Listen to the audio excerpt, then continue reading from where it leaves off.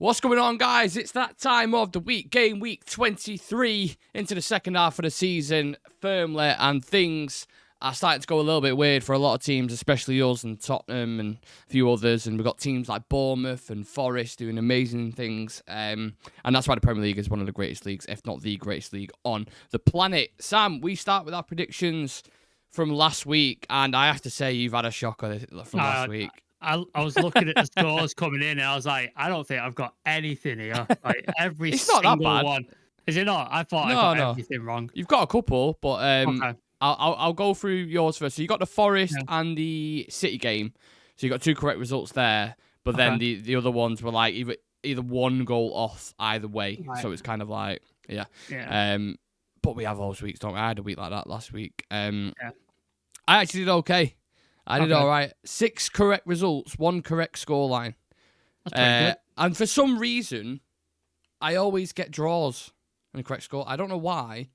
The Villa and the Arsenal game, I said 2-2. Yeah. Yeah. And I said the week before the Bournemouth and the other game 1-1. For some reason, I just get draws correctly. I don't no idea why. But yeah, they're the previous ones, and I got Everton wrong. I thought Everton would be a draw, and obviously that game was fucking crazy. No one could have predicted that. No. The West Ham Palace, we both went for a win in that, and obviously Palace turned up and ended up winning. So I mean, this is why it's so hard predicting games, isn't it?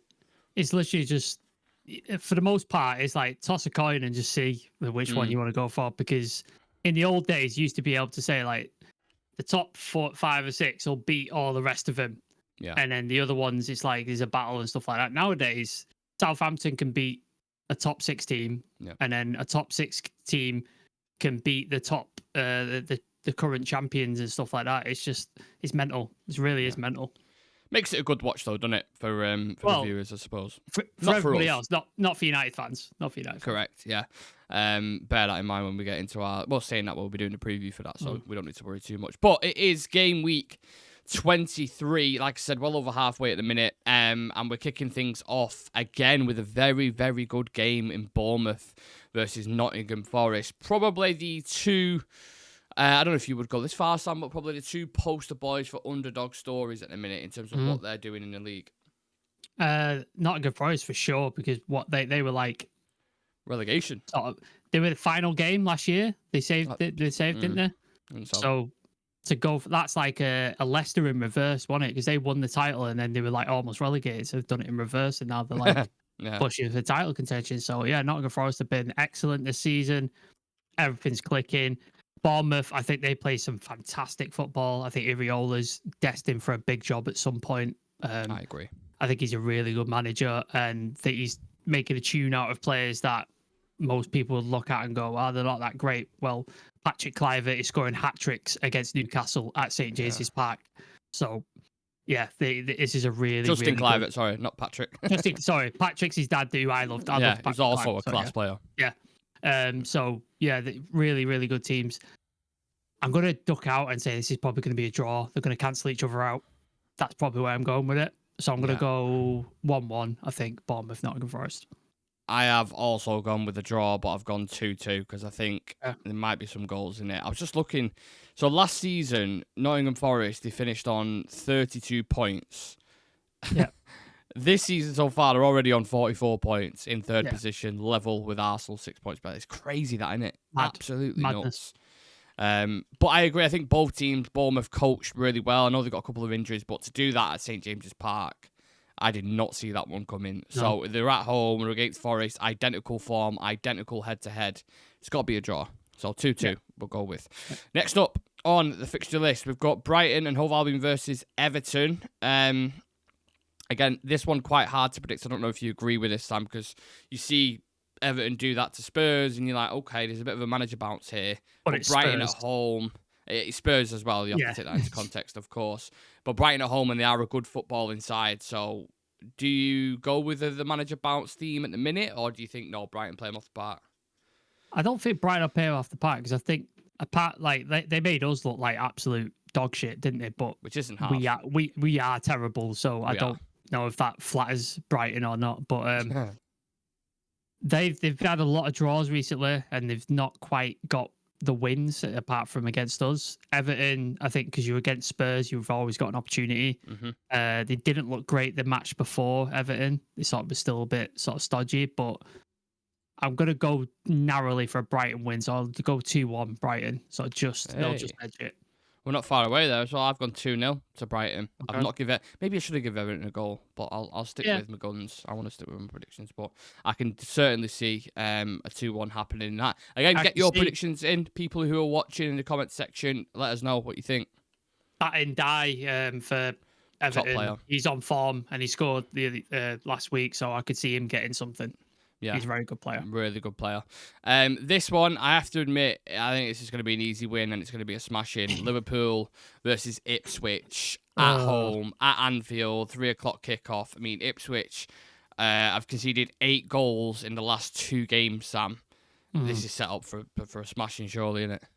Yeah, poor Kieran McKenna. Like, it's difficult to go to Anfield when you're a good team, but when your away form is as poor as Ipswich is, and the quality of that Liverpool have, I don't think they have any injuries. Liverpool, Chiesa's coming back in to the team, and he looks good as well. So even their backup options are going for it. So yeah, I think 4-0 probably if Liverpool. I've gone 3. Yeah, definitely goals in this. If you have FPL and you've got a Salah or Gakpo or something like that, I would advise, captain those because they're going to score a lot of goals.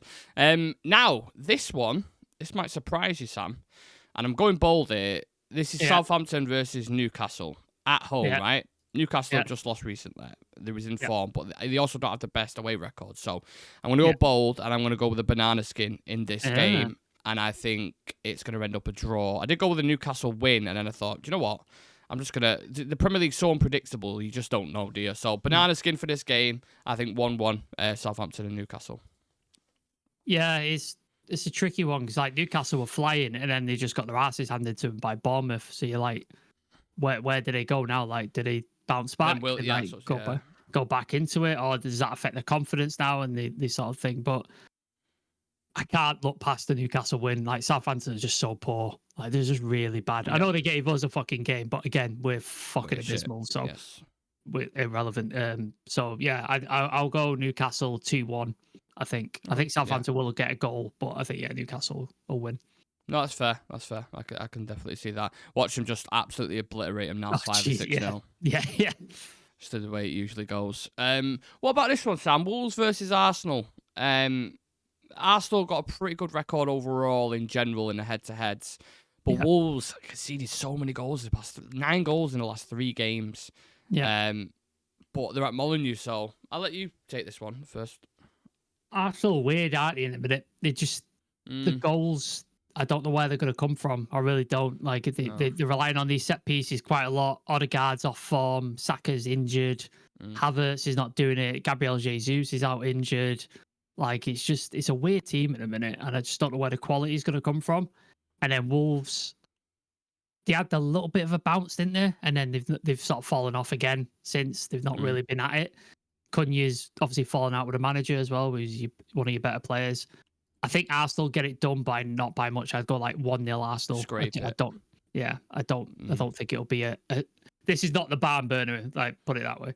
No, this is the scrapey set piece. Yeah. We'll just go there, get the job done, bring home the 3 points. I've got 2-1 Arsenal in that one. Now on to the game of the weekend: Manchester City versus Chelsea. 5:30 Saturday at the Etihad. And if you look at the league table, Chelsea on 40 points, Man City on 38. Could this be the pendulum swinger, do you think? Who's City or for Chelsea? Well, for City, so obviously City win, they go above Chelsea then, and then they start top 4, and then can they push back up towards the top? Well, you saw like PSG, City you thought they went 2-0 up, and you're like, here we go, PSG are doing the old thing of PSG and sort of bottling it as they do in European competitions, and then City just chucked it away again.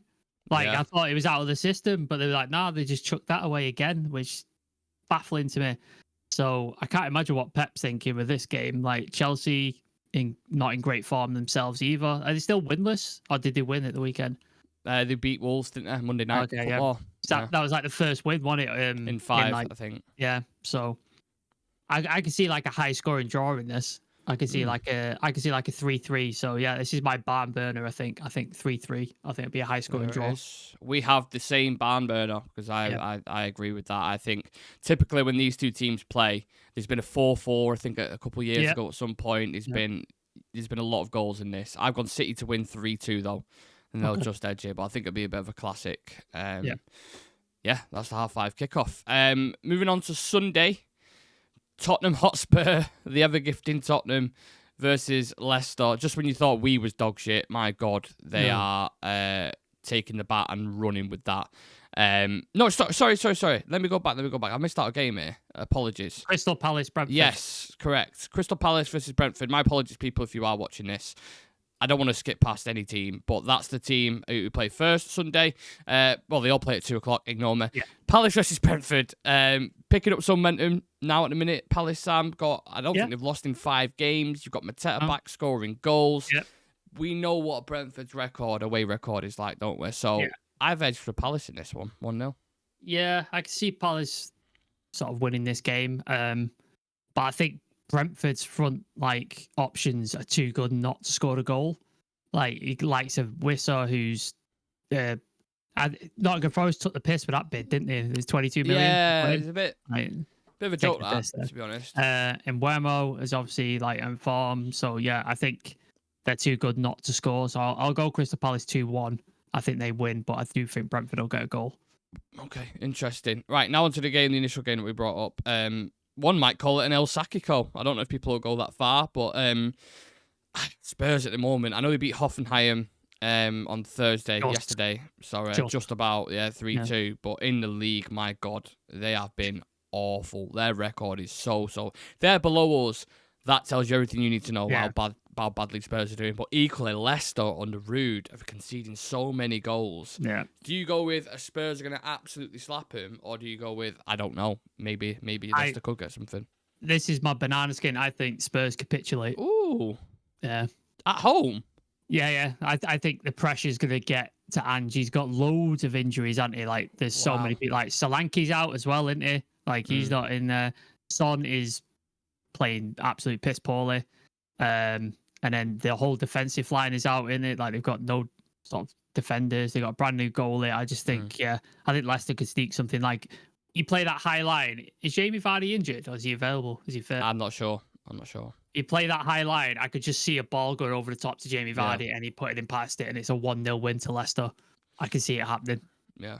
I get the theory behind it because obviously if that happens to Everton that they've done and all the other teams that lost to, that could well happen. I've gone for the opposite end of the thing. I've gone with a Spurs to plaster them 4-0. Okay. Because I know they are capable of doing that. Do you know what's funny? Either one could happen. Absolutely. That's what's mental. Either one could happen. Yeah. Genuinely. So one of us is going to be right anyway, I suppose. I doubt it would be a draw. So again, we want to hear your thoughts on that game specifically because that is a minefield in terms of what can happen. So get it in the comments. Last 2 games coming up. Aston Villa versus West Ham at home. I expect a competitive game. I think West Ham will want to bounce back after the loss to Palace. Got a good feel around him in a minute with Potter, but he has got a lot of injuries as well. I think Bowen. Who else is out now? Obviously, Antonio's out. Yeah. Fulkrug is out as well, the striker. Yeah. So they're lacking attacking power, and I think Villa will run away with it, to be fair. Yeah, I think Villa get the win here. I do like Graham Potter. I think he's a decent coach, but he is being a bit hamstrung with the lack of sort of forwards. What has he got? Danny Ings, who's 38 at this point. Danny Ings, Jesus. What is he going to do? Watching bag a hat trick now.